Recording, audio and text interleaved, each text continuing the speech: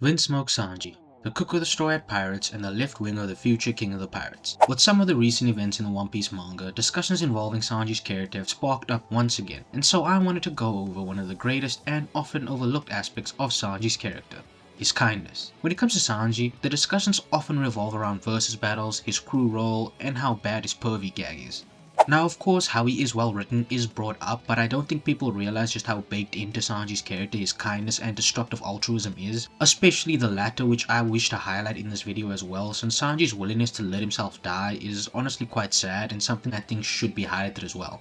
Now of course, before we go over anything else, we have to go over Sanji's upbringing because that is what shaped him into the man we meet on Baratie. Obviously we're all aware that Sanji's mom poisoned herself in order to preserve the emotions of her children, and this only worked on Sanji, of course, who was born with his emotions, and according to Reiju, he was born kinder and gentler than anyone else. But of course, as we know, Sanji was horrifically mistreated at Germa, especially by Judge, who blamed Sanji for everything that went wrong. We see through the flashbacks that Sanji is always smiling and kind even to random animals he sees around the castle like birds and giving food to rats, but he got punished for this. Sanji essentially got the nice beat out of him by his family, and from Reiju he would learn the lesson that even if you are a good person, sometimes showing that is the worst thing you can do. This would have an effect on Sanji that is clear from his very first line in the series, where we see Sanji tries to present himself as a vulgar individual who masks his sincerity with swearing and trying to act rude. But of course, anyone who actually knows Sanji would know that this isn't how he actually is. Of course, the next major event in Sanji's life was the encounter with Zeph and the starvation on the rock, which taught Sanji the true value of food,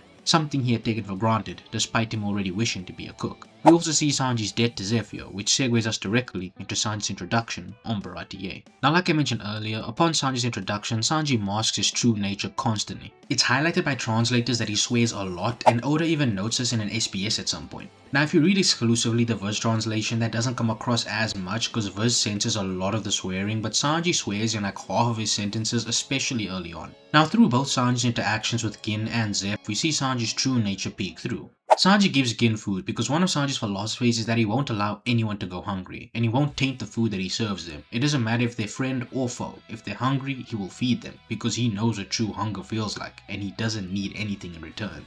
Then with Zeph, we learn that Sanji abandoned his own dream in service of Zeph because Sanji feels indebted to Zeph. Now this entire thing with Zeph highlighted so many aspects of Sanji's character, from his self-deprecating nature to his altruism. When Gin offers Sanji a way to be spared but holds Zeph at gunpoint, Sanji immediately tells Gin to point the gun at him instead. And even when Sanji is told he might die, he just shrugs it off and moves on. Now some may see this as bravery.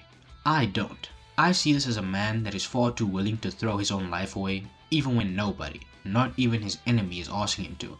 And in fact, everyone is asking him to save himself. Yet Sanji still throws himself to the wolves. This is clearly a byproduct of his upbringing erasing his own self-worth, so now whenever someone shows him kindness, Sanji essentially feels like it's his life's mission to serve them despite what he wants. I believe this is also the origin of his whole pervy gag. Women were the ones who kept him going when he was in hell, so of course he would hold them to a higher standard. Now of course, Oda definitely goes too far with it sometimes for the sake of the gag, but I think on a base level that is the origin. Also, to be clear, with the pervy gag, I'm not talking about the no hitting woman thing, that's something entirely different. I'm also referring to how he acts around women with all the heart eyes and stuff, especially since practically everyone who actually knows Sanji states that his defining trait is his kindness, not his pervertedness. Now the entire point of Baratie was to get Sanji to accept that he's allowed to live on his own, his dream is worth pursuing, and it's after he realizes that he sets out to sea with Luffy.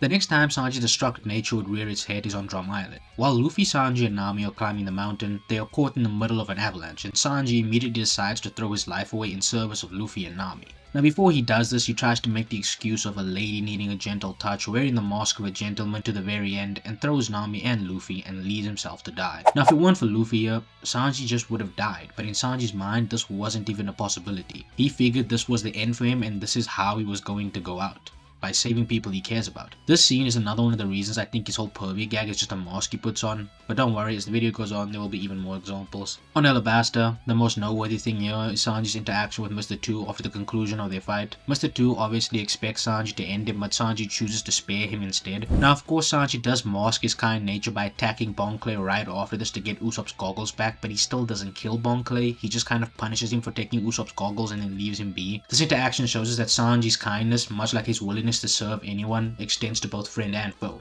Next up, we have the Water 7 saga, and this arc highlights Sanji's kindness perfectly, especially when it comes to Sanji's relationship with Usopp. Now, Sanji and Usopp is one of those relationships on the crew that doesn't really stand out, but very much does exist, since both Sanji and Usopp are the Straw Hats with the lowest opinions of themselves. Usopp is so self-deprecating that despite how much he achieved by the time of Water 7, he thought that he was worthless. A prime example of this is the Aokiji fight, where Usopp directly saves Robin's life from Aokiji. Without him, she's just dead, full stop. But despite this, after the arc, Usopp says that all he did was run around. He thinks he achieved absolutely nothing despite how important he was and what he'd done. And then we have Sanji, who believes that although he has merit through his strength and cooking ability, that doesn't make him special. Sanji thinks he is replaceable and believes that if someone needs to die for the crew to live, he is the expendable one that has to go first. It stands to the similar nature that they both share, that when Usopp and Luffy have their fight, Sanji understands Usopp more than anyone else. When Luffy almost tells Usopp to leave if Usopp doesn't want to listen, Sanji immediately understands the effect those words will have on Usopp and kicks Luffy before he could finish a sentence, and he gives Luffy a reality check. Then after the duel finishes, he tells Chopper exactly how Usopp feels, and I want you all to look closely at the exact words that Sanji uses in his interaction with Chopper.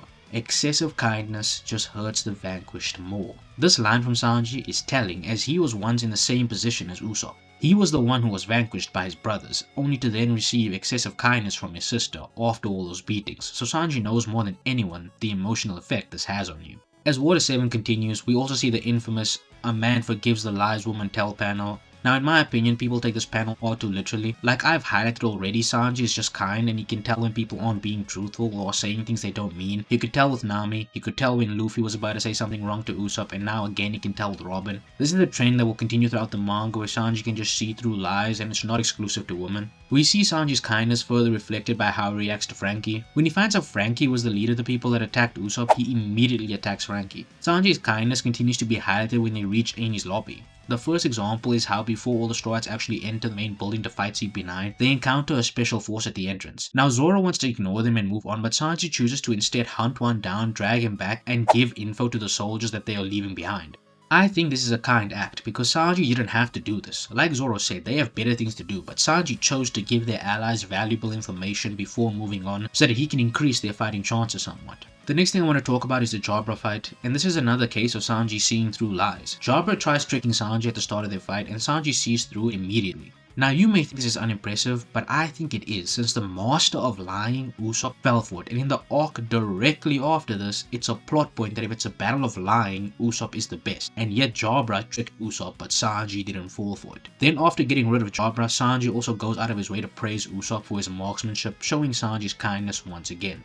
On Thriller Bark, Sanji's self-sacrificial nature is once again at the forefront. When Zoro puts his life on the line, Sanji immediately steps up, and his reason is different from Zoro's. In Zoro's case, Zoro does it because of his unyielding ambition, and he believes that he should be a sufficient prize since he will be the world's greatest swordsman one day. Sanji, on the other hand, thinks that he is expendable, and he tells Zoro that he shouldn't throw his own dream away. Sanji in this moment has already thrown his own dream away in service of everyone else because he thinks that he is replaceable. I think this is an underrated moment for Zoro and Sanji's bond because it highlights how Sanji respects and values Zoro's dream, and Zoro also refuses to let Sanji throw his own life away. Of course, after nothing happens, Sanji immediately goes to check on Zoro, and then when those two guys on the island reveal they know what happened, Sanji hears it from them and then immediately tells them to keep it quiet, out of respect for Zoro's wishes. Another example of Sanji's kindness. After this, we also get the beginning of Sanji and Brook's relationship, where Sanji, similarly to Usopp, discredits himself immediately, and Brook has to tell him that who took the pain doesn't matter, since both Sanji and Zoro had the same conviction. But of course, Sanji's self-deprecating nature won't allow him to see that. Once we move on from Thriller Bark and right before reaching Sabaody, we meet Duval, and Sanji's interactions with Duval showcase how once again Sanji's kindness even extends to his enemies, as Sanji, after seeing what happened to Duval as a result of his face, goes out of his way to rearrange Duval's face so that he is no longer a target. Moving on from this, we get to the time skip, and on Fishman Island something interesting happens. Now there's this scene where Luffy and Jinbei are fighting, and Robin chooses to spawn a clone to get in the middle of it. Now of course nobody there realizes it's a clone, so Luffy and Jinbei are freaking out, and Sanji jumps in to try and save her. Now this scene is obviously framed as a gag, but at the end of the day he was still just trying to save her, and like I said, I think the whole pervy gimmick to an extent is just a mask Sanji wears a lot of the time, much like his vulgar personality, which we know factually isn't how he is. On Punk Hazard, Sanji even goes out of his way to help the Marines Tashigi leads by fighting Virgo, and he almost dies for it, and they all respect him and praise him for it, but Sanji immediately tells him to be quiet, and his reason is that he only takes praise from ladies. This is a blatant lie, since on Enies' lobby after he pulls his little stunt with the Gates of Justice, it's exclusively the men who praise him, and Sanji doesn't suddenly beg Nami or Robin for praise, he just moves on with his day.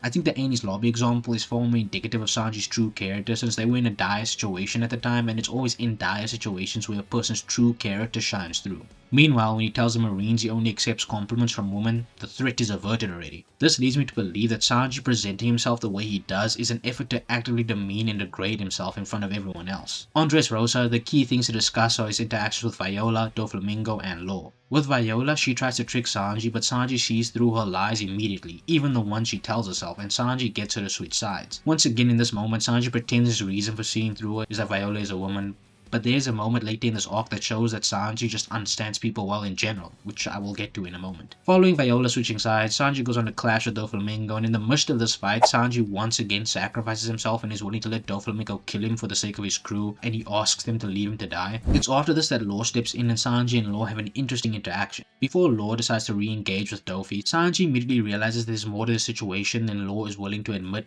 but Sanji chooses to leave him be. This shows once again that Sanji understands people, and despite him presenting himself as someone who only cares to understand the feelings of women, he understands everyone around him.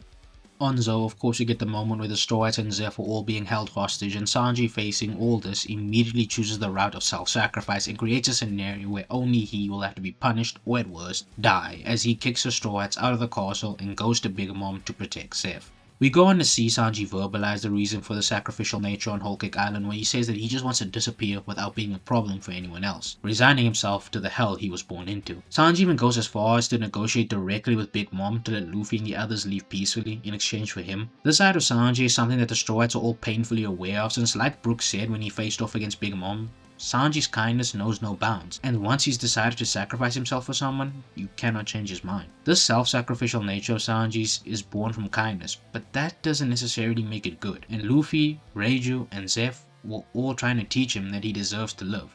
He is not a pawn that exists to be sacrificed. Even Zoro, in his own mossy way, I think tries conveying this to Sanji at times, but as we know, Sanji is yet to fully comprehend this. This is exemplified in Wano, where Sanji's internal conflict is all about him contemplating what he could become, who he is, and what Luffy would want, and having to try and come to a decision. Sanji chooses to try and be himself, but once again is willing to let himself die after the mission is complete, as he tells Zoro to kill him if he can't remain himself. This moment of Wano was a step in the right direction for Sanji, but he still has not fully overcome all of his issues, which is expressly highlighted on Elbaf. Now the next section of the video will have spoilers for up to chapter 1187 of the manga, so skip to the timestamp on screen if you want to avoid that. Now on Elbaf, as we know, Gaban is capable of immediately ascertaining that Sanji's self-deprecating nature is blocking him from realizing his true potential as a conqueror. This makes sense given everything we've gone over in the series so far. Sanji has all of these seeds for greatness, his strength, his resolve, and his unwillingness to let go of his ideals, but what holds him back is how easily he is willing to throw his life away. Sanji time and again resigns himself to death despite his crew willing to be there to help him. This is not the acts of a king. A king is nothing without his kingdom, and Sanji has rejected his throne over and over again. And now that Sanji is once again faced with this reality, his true potential is on the verge of being realized.